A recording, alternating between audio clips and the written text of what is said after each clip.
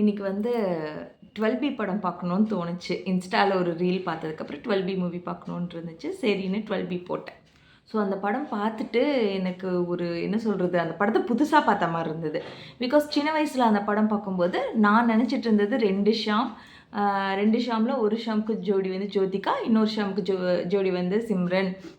அதில் ஒரு ஷாம் வந்து இறந்துடுறாரு. இதுதான் கான்செப்ட் என்னை பொறுத்த வரைக்கும். பட் இன்றைக்கி நான் அகெயின் அந்த மூவியை பார்க்கும்போது அந்த 12B அந்த மூவியோட நேம்க்கும் அந்த படத்துக்கும் எவ்வளோ ஒரு பெரிய லிங்க் இருக்குது, அது நம்ம லைஃபுக்கு எப்படி அப்படிங்கிறத நான் இன்றைக்கி புரிஞ்சுக்கிட்டேன். ஆக்சுவலி ஸ்டார்டிங் சீன் என்னென்னு பார்த்தீங்கன்னா, அவர் வந்து இன்டர்வியூ அட்டன் பண்ண போகிறாரு. அந்த இன்டர்வியூ அட்டன் பண்ணுறதுக்காக அவர் போகும்போது அந்த 12B பஸ்ஸை மிஸ் பண்ணிடுறாரு. அப்போ தான் நம்ம டைரக்டர் அங்கே சொல்கிறாரு, இந்த 12B பஸ்ஸை இவர் மிஸ் பண்ணிட்டாரு.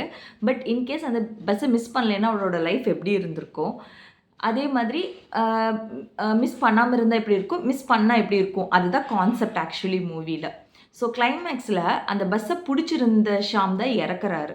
அதாவது வேலை கிடைக்கிற ஷாம் தான் இறந்து போகிறாரு. ஆனால் கிடைக்காதவர் ஜோதிகாவை கல்யாணம் பண்ணிக்கிறாரு.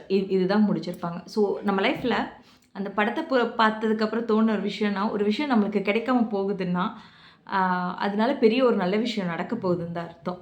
ஸோ நீங்கள் வேணால் என்ன மாதிரி யோசிச்சுருந்தீங்கன்னா அகைன் 12B படம் பார்த்துட்டு சொல்லுங்கள். தேங்க்யூ.